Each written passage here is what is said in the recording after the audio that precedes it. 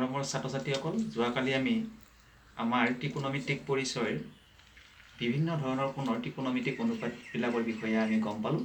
বিশেষকৈ 0 degree, 30 degree, 45 degree, 60 degree আৰু 90 degree এই কোণকেইটাৰ 6টা ত্ৰিকোণমিতিক অনুপাতৰ মান কিমান সেইখিনি কথা আমি গম পালোঁ। গতিকে আজি আমি অনুশীলনী 8.2 দিশলৈ আগবাঢ়িছোঁ। সেই অনুশীলনী 8.2ৰ 1 নম্বৰ যিটো অংক আছে তাত তোমালোকক মান নিৰ্ণয় কৰিব দিছে। তাৰ 1 নম্বৰ অংকটো হৈছে sin 60 degree into cos 30 degree plus sin 30 degree into cos 60 degree.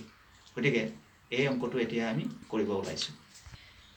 আমাৰ অংকটো 1 নম্বৰটো sin 60 degree into cos 30 degree plus sin 30 degree into cos 60 degree.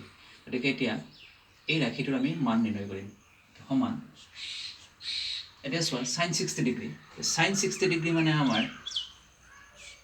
√3/2 তাৰ লগত এইটো পূৰণ হৈ আছে, গতিকে into cos 30 degree. cos 30 degree মানে হৈছে √3/2 প্লাছ sin 30 ডিগ্ৰী।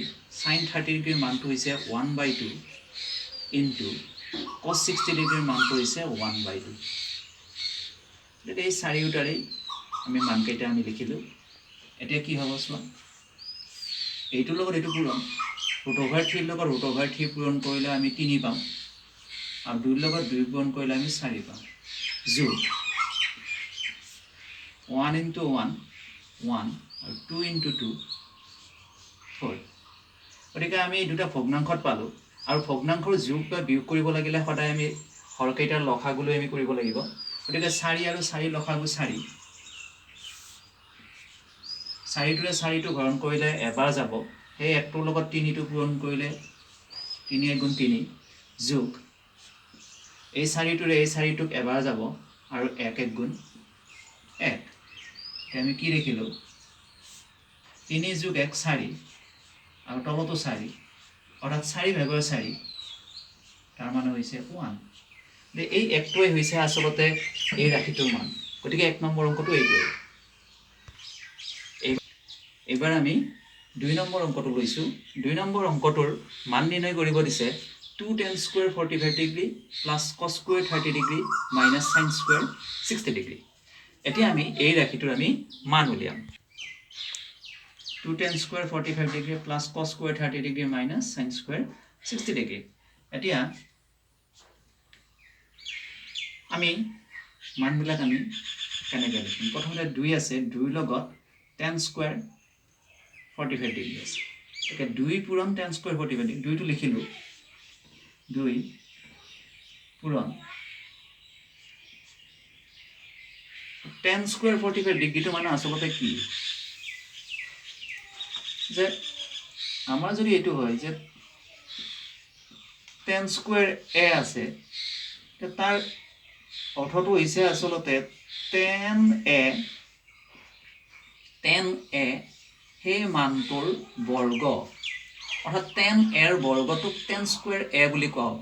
ঠিক একেদৰে বাকী ত্ৰিকোণমিতিক অনুপাতৰ ক্ষেত্ৰতো কথাটো তেনেকুৱাই। গতিকে tan স্কুৱেৰ 45 ডিগ্ৰী মানে হৈছে যে tan 45 ডিগ্ৰীৰ বৰ্গ। এতিয়া tan 45 ডিগ্ৰী মানে কিমান? tan 45 ডিগ্ৰী মানে হৈছে 1। গতিকে 1ৰ বৰ্গ 1 স্কুৱেৰ প্লাছ এইটো হৈছে cos স্কুৱেৰ 30 ডিগ্ৰী। এতিয়া cos স্কুৱেৰ 30 ডিগ্ৰী মানে কি, যে cos 30 ডিগ্ৰীৰ যিটো মান তাৰ বৰ্গ। cos 30 ডিগ্ৰী মানে তোমালোকে জানা যে √3/2, ইয়াৰ বৰ্গ হ'লে হোল স্কুৱেৰ আৰু minus sin square 60 degree. sin square 60 degree মানে কি, যে sin 60 ডিগ্ৰীৰ বৰ্গ। sin 60 ডিগ্ৰী মানে জানাই তোমালোকে যে √3/2 তাৰ বৰ্গ হ'লে এইটো। অৰ্থাৎ এতিয়া আমি যেতিয়া এই তিনিওটাৰে যেতিয়া মানখিনি আমি বহুৱালোঁ, আমি এই ধৰণে পালোঁ। এতিয়া আমি কি পাম চোৱা, যে এইটো প্ৰথমতে 1 স্কুৱেৰ আছে, 1 স্কুৱেৰ 2 × 1, অৰ্থাৎ 1 স্কুৱেৰৰ মানটো আমি প্ৰথমতে লিখিম 2 × 1 প্লাছ এইটোক যদি আমি হোল স্কুৱেৰটো আমি ভাঙি চাওঁ, ৰুট অভাৰ ঠিক যেতিয়া আমি স্কুৱেৰ কৰিম 3 পাম, 2ক স্কুৱেৰ কৰিলে 4 পাম, আৰু মাইনাছ এইটো ঠিক তেনেকুৱাই হ'ব সমান 2 পূৰণ 1 মানে 2,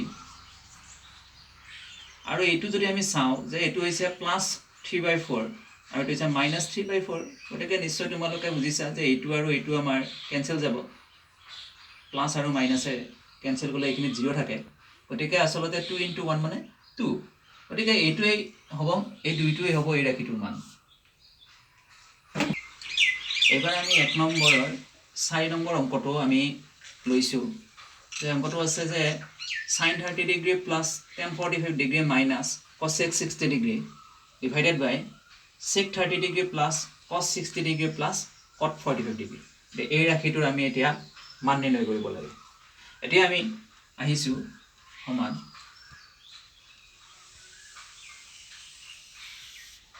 প্ৰথমতে sin 30 ডিগ্ৰীৰ মান 1/2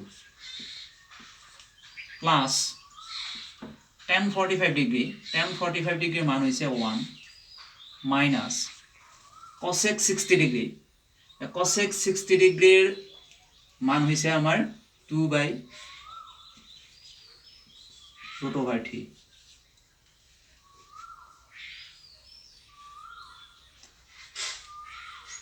sec 30 ডিগ্ৰী, sec 30 ডিগ্ৰীৰ মান হৈছে 2/√3 প্লাছ cos 60 ডিগ্ৰী, cos 60 ডিগ্ৰীৰ মান 1/2 আৰু প্লাছ cot 45 ডিগ্ৰীৰ মান 1। আমি এই তিনিটা ওপৰৰ তিনিটাৰ মান এই তিনিটা, তলৰ তিনিটাৰ মান এই তিনিটা, সেইমতে আমি লিখি ল'লোঁ। লিখি এতিয়া আমি দেখিছোঁ যে আমাৰ ওপৰতো আছে ভগ্নাংশ আৰু তলতো আছে ভগ্নাংশ, গতিকে ওপৰৰ ভগ্নাংশকেইটাও আমি যোগ বিয়োগ কৰিব লাগিব, মানে সৰল কৰিব লাগিব, আৰু তলৰটো সৰল কৰি ল'ব লাগিব সমান। এতিয়া আমি কি কৰিম যে ওপৰৰ এই তিনিটা যে আছে এই তিনিটাক আমি যেতিয়া সৰল কৰিব লাগিব তেতিয়া 2, এইটো 1, 1টোৰ তলত 1 এটা আছে, আৰু এইটো √3, অৰ্থাৎ 2 ইয়াৰ তলত থকা 1 আৰু √3, এই তিনিটাৰ লসাগু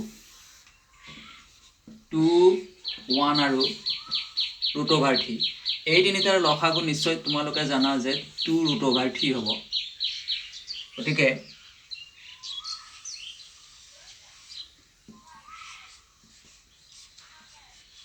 2√3 লসাগু আহিল, দুইটোৰে এইটোক যেতিয়া আমি হৰণ কৰিম √3 থাকিব, সেই √3টোৰ লগত 1টো পূৰণ কৰিলে √3 হ'ল, প্লাছ ইয়াৰ তলত থকা 1টোৰে 2√3 যেতিয়া হৰণ কৰিম এইটোৱেই পাম, 2√3 পাম, তাৰ লগত এই 1টো পূৰণ কৰিলে আকৌ 2√3 আৰু মাইনাছ √3ৰে 2√3 যেতিয়া হৰণ কৰিম, হৰণ কৰিলে আমি 2 পাম, আৰু 2 2 গুণ 4, আৰু ঠিক তেনেকৈ আমি তলত এইটোৰ ক্ষেত্ৰতো আমাৰ লসাগুটো 2√3 হ'ব। 2√3 যেতিয়া লসাগু হ'ব, √3ৰে √3টো কাটা যাব, গ'লে 2 2 গুণ 4 প্লাছ 2ৰে এইটোক হৰণ কৰিলে 2টো কাটা যাব, √3 থাকিব, √3 লগত 1 পূৰণ কৰিলে √3 প্লাছ আৰু 1 আছে, গতিকে 1টোৰ ক্ষেত্ৰত 1 × এইটো হৈ যাব, গতিকে 2 × √3 পাব, এইখিনি পাব। এতিয়া আমি এই ভগ্নাংশটো যেতিয়া আমি সৰল কৰিম তেতিয়া আমি দেখিম যে ইয়াতো আছে 2√3 আৰু এইটো ভগ্নাংশৰ তলত আছে 2√3, গতিকে এই দুটা আচলতে কি হ'ব, কেঞ্চেল যাব, দুয়োটা যিহেতু ভগ্নাংশ দুটাৰ তলত আছে, গতিকে এই দুটা কেঞ্চেল যাব, কেঞ্চেল গ'লে আমি মেইন ভগ্নাংশটোৰ ওপৰত পাম এইখিনি আৰু তলত পাম এইটো। এতিয়া আমি সমান চিনৰ এইটো হৈছে এইটো এই লাইনটো, আমি ওপৰত পাম এইটো √3 প্লাছ 2√3 - 4, আৰু ইয়াতে পাম আমি 4 প্লাছ √3 প্লাছ 2√3 এনেকৈ পালো। এতিয়া আমি কি কৰিম সমান, এতিয়া আমি যদি চাওঁ যে এইটো √3 অপৰিমেয় সংখ্যা, এইটো অপৰিমেয় সংখ্যা √3 আছে, কিন্তু যেহেতু ইহঁত দুয়োটাতে আমাৰ ৰুটঅভাৰৰ ভিতৰত একে আছে, 3 আছে, গতিকে এই দুটাক আমি যোগ বিয়োগ কৰিব পাৰিম। এতিয়া এই দুটা কৰিলে কিমান হ'ব, √3 ইয়াত আছে এটা, ইয়াত আছে দুটা, অৰ্থাৎ মুঠতে কেইটা √3 আছে, 3টা আছে, যিটো যোগ আছে, গতিকে এইটো হ'ব 3√3 আৰু -4। আৰু এইটোৰ ক্ষেত্ৰত আমি যদি চাওঁ তেতিয়াহ'লে আমাৰ এটা হৈছে 4 আৰু প্লাছ এই দুটা আকৌ যোগ কৰিলে 3√3 এইমতে পালোঁ। এতিয়া আমি কি কৰিব লাগিব যে যিহেতু আমাৰ এইটো ভগ্নাংশ আৰু ভগ্নাংশৰ যিটো হৰটোত অপৰিমেয় সংখ্যা আছে, 3√3 অপৰিমেয় হৈ আছে, অৰ্থাৎ 4 + 3√3 এটা অপৰিমেয় সংখ্যা হৈ আছে। কিন্তু আমি যেতিয়া এটা ভগ্নাংশ লিখোঁ, ভগ্নাংশটো যেতিয়া আমি হৰত অপৰিমেয় হিচাপে পাওঁ, তেতিয়াহ'লে তাক আমি হৰটো পৰিমেয়কৰণ কৰিব লাগিব, অৰ্থাৎ হৰটোক আমি অপৰিমেয় সংখ্যাৰ পৰা পৰিমেয় সংখ্যালৈ নিব লাগিব। গতিকে এতিয়া এই ভগ্নাংশটোকো এতিয়া আমি কিহলৈ নিম, পৰিমেয়লৈ। গতিকে পৰিমেয়লৈ নিলে এটা কথা তোমালোকে জানা যে এইটো এতিয়া আমাৰ a + b হৈ আছে। গতিকে এইটো কেনেকৈ অপৰিমেয়ৰ পৰা পৰিমেয় কৰা হয়, যে ইয়াৰ লগত আমি a - b পূৰণ কৰিবলগীয়া হয়, অৰ্থাৎ a + b × a - b, তেতিয়া আমি a² - b² সেই সূত্ৰটো পাওঁ, তেতিয়াই হৰটো অপৰিমেয় হৈ থকা হৰটো পৰিমেয়লৈ গুচি যায়। গতিকে এতিয়া আমি সেইটো কৰিম যে ইয়াত যদি 4 + 3√3 আছে, গতিকে তাৰ লগত এতিয়া আমি কি কৰিম যে 4 - 3√3 আমি পূৰণ কৰিম, আৰু এইটোৰ লগত পূৰণ কৰিলে এইটোৰ লগতো পূৰণ হ'ব। এইটো আছে 4 + 3√3, তাৰ লগত আমি পূৰণ কৰিলোঁ 4 - 3√3। এতিয়া ওপৰত আছে আমাৰ 3√3 - 4, আৰু তাৰ লগত পূৰণ হ'ব 4 - 3√3। অৰ্থাৎ তলত আমি যিটো পূৰণ কৰিলোঁ ঠিক সেইটোৱে আমি ওপৰতো পূৰণ কৰি দিব লাগিব। এতিয়া কি হয় আমি চাওঁ আহাচোন, ওপৰত এইটো পূৰণ হ'ব, প্ৰথমত 3√3 লগত এই গোটেইটো 3√3 লগত 4 - 3√3, আকৌ -4, তাৰ লগত হ'ব 4 - 3√3, আৰু এইটো a + b × a - b, তাৰমানে a² - b²। গতিকে 4 আৰু 4 মানে a আৰু 3√3 মানে b, গতিকে 4² -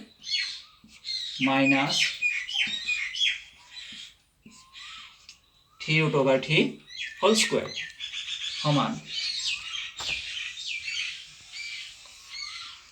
3√3 লগত যেতিয়া 4 পূৰণ হ'ব, 4 × 3 = 12,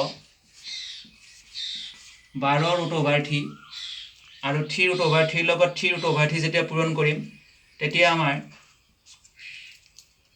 3টোৱে পূৰণ কৰিলে 9 হ'ব, আৰু √3 পূৰণ কৰিলে 3 পাম, অৰ্থাৎ 9 × 3 = 27 হৈ যাব।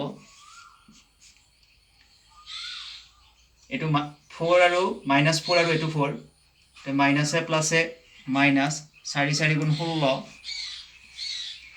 আৰু এইটো আমাৰ 4ৰ লগত এইটো পূৰণ, মাইনাছে মাইনাছে প্লাছ,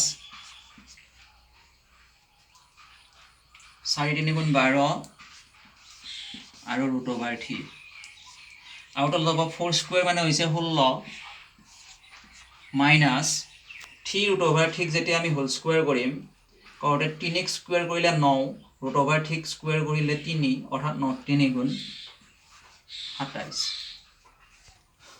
সমান।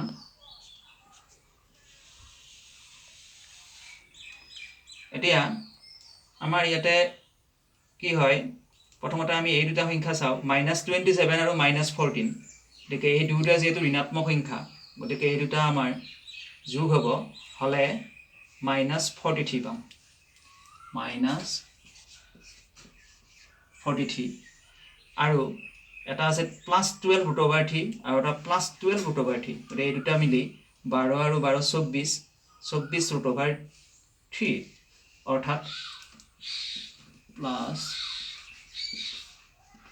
+24√3 আৰু তলত আমি কি পাম 16 - 27 এই দুটা আমি যেতিয়া কৰিম কৰোঁতে আচলতে আমি -11 পাম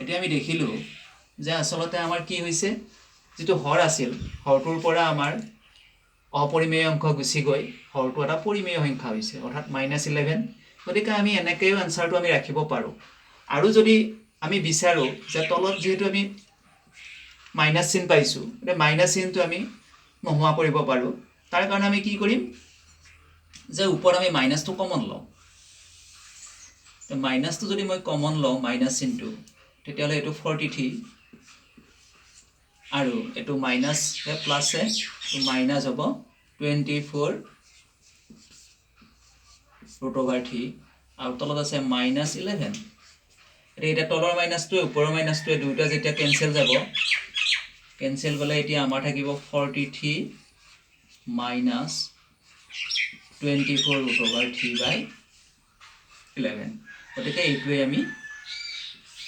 উত্তৰ হিচাপে এইটো পাই যাম গতিকে মই তোমালোকক 8.2 অনুশীলনীৰ 1 নম্বৰৰ এই তিনিটা অংক মই কৰিলো গতিকে তোমালোকে বাকি অংক কেইটা ইয়াৰ পৰা কৰিবা আৰু ইয়াৰ পিছত আমি পৰৱৰ্তী ক্লাছত আমি বাকিখিনি চাম ধন্যবাদ